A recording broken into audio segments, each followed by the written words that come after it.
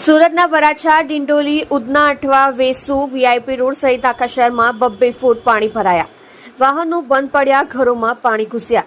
હવામાન વિભાગે સુરત સહિત સમગ્ર દક્ષિણ ગુજરાતમાં ભારેથી અતિભારે વરસાદની આગાહી કરી છે. ત્યારે 21મી જુલાઈએ સાંજે 5 વાગ્યા બાદ 2 કલાકમાં 4.25 ઇંચ જેટલો વરસાદ ખાબક્યો હતો, જેના પગલે શહેર પાણી થઈ ગયું હતું. શહેરના વરાછા, ઉધના, ડિંડોલી, લિંબાયત, પાંડેસરા, ઉઠવા ગેટ, કતારગામ, પૂણાગામ સહિતના તમામ વિસ્તારોમાં પાણી ભરાયા હતા, જેને પગલે નોકરી ધંધેથી પરત ફરતા લોકોને મુશ્કેલીઓનો સામનો કરવો પડ્યો હતો.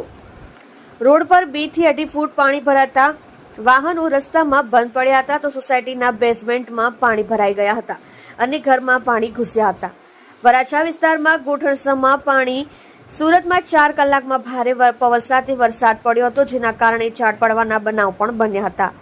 3 કલાકમાં 5 ઇંચથી વધુ વરસાદને કારણે શહેરમાં ઠેર ઠેર પાણી ભરાઈ ગયા હતા. ત્યારે શહેરના વરાછા વિસ્તારમાં પણ ગોઠણસમાં પાણી ભરાયા હતા. અશ્વિનકુમાર ખાતે આવેલા ગરનાળામાં પાણી ભરાતા બંધ કરી દેવામાં આવ્યું છે. 3 કલાકથી વધુ સમયથી વરસાદ વરસવાનું ચાલુ હતું. સૌથી વધુ વરસાદ વરાછા ઝોન વિસ્તારમાં પડ્યો છે. છેલ્લા 3 કલાકમાં વરાછા વિસ્તારમાં 5 ઇંચ વરસાદ ખાબક્યો છે. વરાછા પોલીસ સ્ટેશનની સામે ગોઠણ સુધીના પાણી ભરાઈ ગયા હતા. વરાછા મેઇન રોડ પર આવેલી દુકાનોમાં પાણી ઘૂસી ગયા હતા. આ સાથે જ મિની બજાર ખાતે આવેલા રેસ્ટોરાંમાં પણ પાણી ઘૂસી જતા ભારે હાલાકીનો સામનો કરવો પડ્યો હતો. સરથાણા વિસ્તારમાં પણ 5 જેટલો વરસાદ ખાબક્યો હતો. તેને લઈને વરાછાથી સરથાણા સુધી ઠેર ઠેર પાણી ભરાઈ ગયા હતા. આ સાથે સરથાણા પોલીસ સ્ટેશન અને ઉત્તરાયણ પોલીસ સ્ટેશન બહાર પણ પાણી ભરાઈ ગયા હતા. ખાડીઓના લેવલમાં પણ વધારો થયો. સિટી અને જિલ્લામાં પણ ભારે વરસાદના કારણે ખાડીઓના લેવલમાં પણ વધારો થયો છે.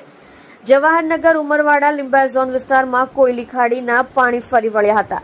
સ્થાનિક અસરગ્રસ્ત લોકોને અન્ય સ્થળે જવાની ફરજ પડી હતી.